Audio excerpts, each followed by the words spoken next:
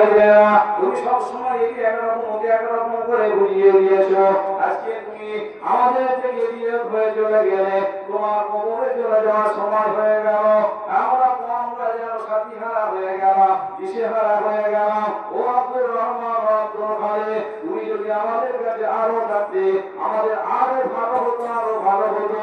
যান যান, সময় মতো চলে গেলে আল্লাহ তোমাকে ভালো করো, ভালো করো। কথাটা না বলার আগে এতটুকুই যদি বলা হয়, তুমি আমাদের কাছ থেকে যে কত সুন্দর ছিলে, এই সুন্দর বলাটা আল্লাহ পাকের নামায় আমলে সব দিয়ে দেবে।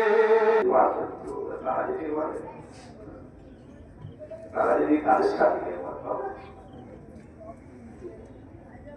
বুঝিয়ে দেবে, একই সঙ্গে আড্ডা মাত্র, একই সঙ্গে ওয়াজ করতো, মত করে একটা চলে গেছে। এই ভাবছে যা একই সঙ্গে না চলে গেলে, যা তুমি চলে গেলে।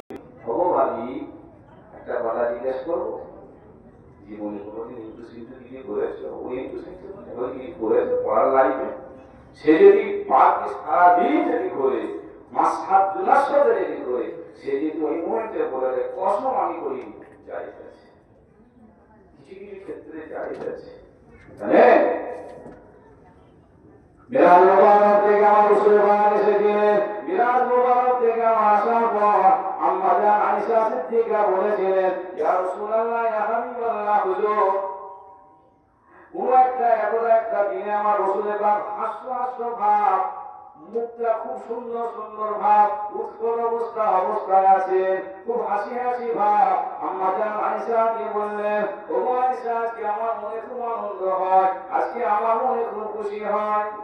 আপনার মনে খুশি হওয়ার কারণ কি? দেখুন আয়েশা, আমি আজকে তোমাকে একটা কথা বলি, তুমি তোমার নবীর থেকে যা চাইবে চেয়ে নাও, যা চাইবে চাই পেয়ে যাবে, যা চাইবে চেয়ে নাও, যা চাইবে পেয়ে যাবে। আম্মা জান আয়েশা বললেন, আমি ছোট মানুষ, কি চাইতে গিয়ে কি চাইবো? না রে হারে, আমার নবী 3-4 দিন চলাও নাম জয় না, 3-4 দিন খাবার হতো চলে না, এমন একটা কিছু চেয়ে ফেলবো যেটা আমার রাসূল কষ্ট পাবে, কি করি না করি বুঝতে পারি না।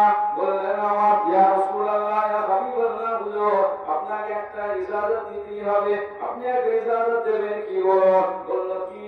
না, আমি আমার আব্বা আবু বকর সিদ্দিকের বাড়ি যেতে চাইছি, আপনি বলুন আমাকে অনুমতি দেবেন কি? দেন।